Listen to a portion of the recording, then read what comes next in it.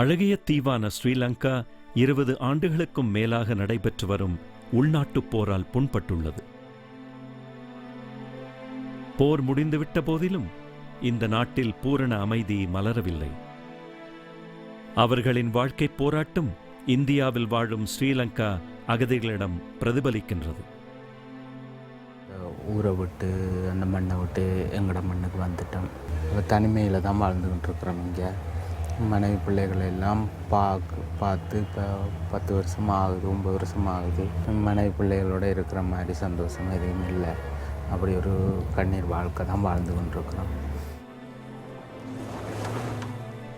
மனிதநேய பண்பாளரும் சர்வதேச வாழும் கலை அமைப்பின் நிறுவனருமான பரமபூஜ்ய ஸ்ரீ ஸ்ரீ ரவிசங்கர்ஜி அவர்கள் மண்டபம் முகாமிற்கு வருகை புரிந்தார். படித்தவர்கள் எல்லாம் வந்து சும்மா கூலி வேலைக்கு போறாங்க. டாக்டர், இன்ஜினியர் எல்லாம் இதுக்கு எத்தனை பேர் இருக்காங்க சார்? எப்போ சமாதானம் அப்போ போக முடியும். நாட்டு பிரச்சனை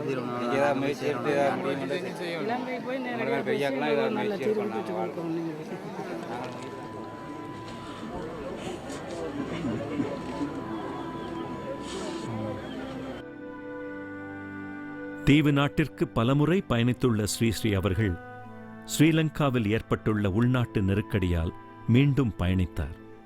அவர் வடக்கு ஸ்ரீலங்காவில் உள்ள தமிழ் அகதிகளை சந்தித்தார். அங்கு ஆயிரக்கணக்கானவர்கள் போரினால் வீட்டை விட்டு வெளியேறி முகாம்களில் பயத்துடன் நிச்சயமற்ற எதிர்காலத்துடன் வாழ்கின்றார்கள். ஒரு பிச்சைக்காரரை கூட காண முடியாத ஊர். இப்போ எல்லாத்துக்குமே தண்ணியிலிருந்து சாப்பாட்டிலிருந்து உடுதுணி உயிருக்கு கூட கையேந்தி உட்கார்ந்துருக்க நிலைமை இன்னைக்கு இந்த ஜனங்கள். படிப்பில்லை,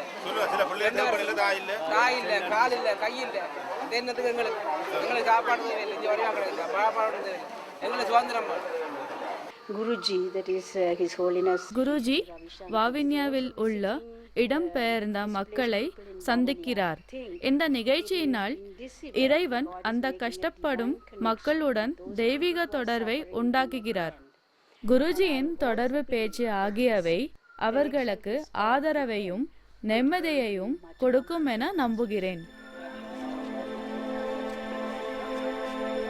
ஸ்ரீ ஸ்ரீ அவர்களின் அன்பு, கருணை, அருள் மற்றும் குணமாக்கும் தன்மை ஆகியவை அவர்களிடம் வீட்டிற்கு திரும்பிச் செல்வோம் என்ற நம்பிக்கை ஒளியை ஏற்படுத்தியுள்ளது.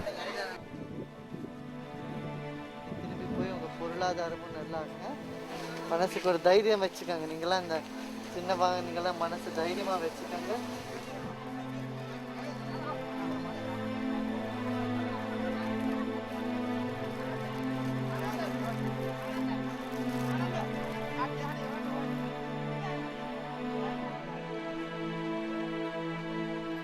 என் அன்புக்குரிய ஆசீர்வாதம். நீங்களாம் ரொம்ப ஒரு கொடுமையான ஒரு சமயத்தில் இந்த வெளியில் வந்துட்டு இருக்கீங்க. ரொம்ப உங்களுக்கெல்லாம் கஷ்டம் உண்டாயிருந்திருக்கு. உங்களுக்கு ஒரு ஆறுதலும் ஆர்வமும் சொல்கிறதுக்கு தான் நாங்கள் வந்திருக்கோம். நாங்கள் இன்னைக்கு ஜனாதிபதியும் சந்தித்து அவருக்கும் சொல்ல போகிறோம். இந்த அப்பாவி மக்களுக்கு திருப்பியும் நீங்கள் உங்கள் ஊரில் போய் மின்றி இருந்த மாதிரியே இன்னும் நல்ல வாழ்க்கையை அமைந்து கொண்டு இருக்கணும். அந்த நல்ல வாழ்க்கை அமைக்கிறதுக்கு எது பண்ணணுமோ அது பண்ணுறதுக்கு நாங்கள் தயாராக இருக்கோம். நாங்கள் உங்கள் கூட இருக்கோம். உங்கள் துன்பங்களையும் கஷ்டங்களையும் எல்லாம் எனக்கு நீங்கள் கொடுத்து விடுங்கள்.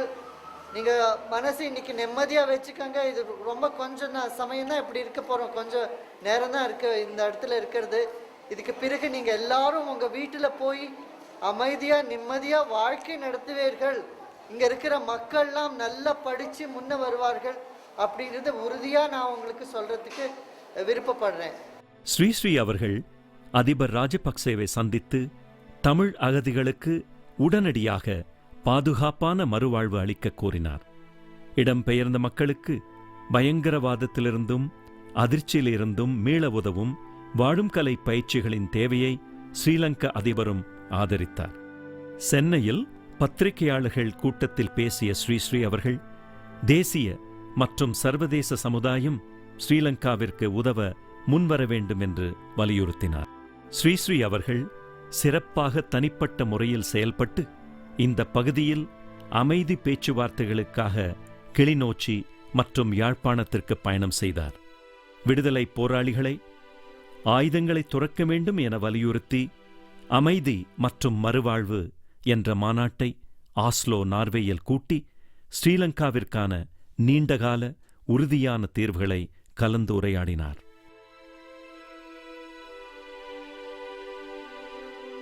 சத்தியம் மற்றும் சகோதரத்துவம் ஆகிய தத்துவங்களை மீண்டும் கொண்டுவர வேண்டும் என வலியுறுத்திய ஸ்ரீ அவர்கள் அகில இலங்கை புத்த சமய மாநாட்டில் ஸ்ரீ ஜெயவர்தனபுரா பல்கலைக்கழக வேந்தரால் கௌரவிக்கப்பட்டார். We need not only financial aids, we need the aids spiritual. மனதை சுதந்திரமாகவும் மகிழ்ச்சியாக வைத்திருக்க அவர்களுக்கு பொருளாதார உதவியை தவிர ஆன்மீக உதவியும் தேவை. இந்தியா மற்றும் இலங்கையில் மட்டுமில்லாமல் உலகம் முழுவதும் பரம பூஜ்ய ஸ்ரீ ரவிசங்கர்ஜியின் குறிக்கோள் வெற்றி பெற எனது வாழ்த்துக்களை தெரிவிக்க விரும்புகின்றேன். மதசார்பற்ற முறையில் ஒருங்கிணைந்து வாழ்வதின் அவசியத்தை வலியுறுத்திய ஸ்ரீ அவர்கள் சிங்களவர்கள், தமிழர்கள், முஸ்லிம்கள் மற்றும் கிறித்துவர்கள் என அனைத்து சமுதாய மக்களும் ஒன்றாக கூடி நாட்டை மறுகட்டுமானம் செய்யும்படி கேட்டுக்கொண்டார். ஒரு விநாசத்துக்கு பிறகும் நல்ல ஒரு புதிய ஒரு கிரியேட்டிவிட்டி உண்டாகும்.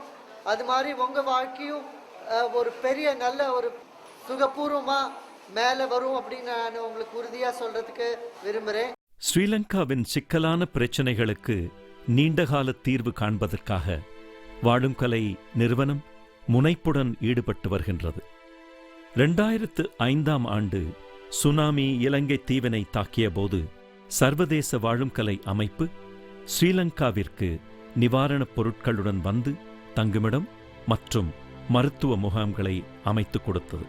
அப்போதிலிருந்து பயங்கரவாத அதிர்ச்சியிலிருந்து மீள வாழும் கலை பயிற்சி பல்லாயிரக்கணக்கான மக்களுக்கு அளிக்கப்பட்டுள்ளது.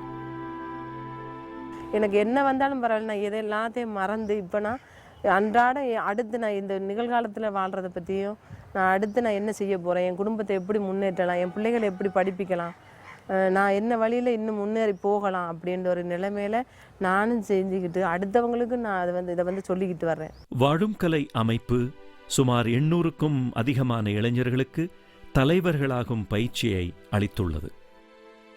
வில்லேஜ் ஆஃப் ஹோப், நம்பிக்கை கிராமம், பட்டிக்குலோவா மற்றும் வெளவாய ஆகிய இடங்களில் பள்ளிக் கல்வியை குறிக்கோளாக கொண்டு அமைக்கப்பட்டுள்ளது. ஸ்பிரிச்சுவல் அண்ட் மாரல் எஜுகேஷன் உண்டாக்கணும், ஹியூமனிடேரியன் எஜுகேஷன் வேணும். ஸ்ரீலங்காவில் போர் முடியக்கூடிய இந்த தருணத்தில் புலம்பெயர்ந்த மக்களின் அவலக்குரல் இதுவரை இவ்வாறு எதிரொலிக்கவில்லை. என்னுடைய சகோதரங்கள், தாய்தப்பன், சொந்த பந்தங்கள் எல்லாரும் மீட்டு நாங்கள் ஒரு நல்ல வாழ்க்கை வாழணும். தமிழர் எல்லாருமே ஒரு நல்ல வாழ்க்கை வாழணும். யுத்தம்ன்றது இல்லாமல் நாங்கள் ஒரு நல்ல ஒரு வாழ்க்கையில் நல்ல மனிதராக வாழ்கிறதுக்கு வாழ்க்கை கிடைச்சா போதும். எங்களுக்கு அதுதான் முக்கியம் தேவை. இப்பொழுது தேவைப்படுவதெல்லாம் தமிழ் அகதிகளை பாதுகாப்பாக மறுபடி குடியமர்த்துதல் மற்றும் அனைத்து சமுதாய மக்களிடமும் நீண்டகால நம்பிக்கை ஏற்படுத்தும் உதவியும் ஆகும்.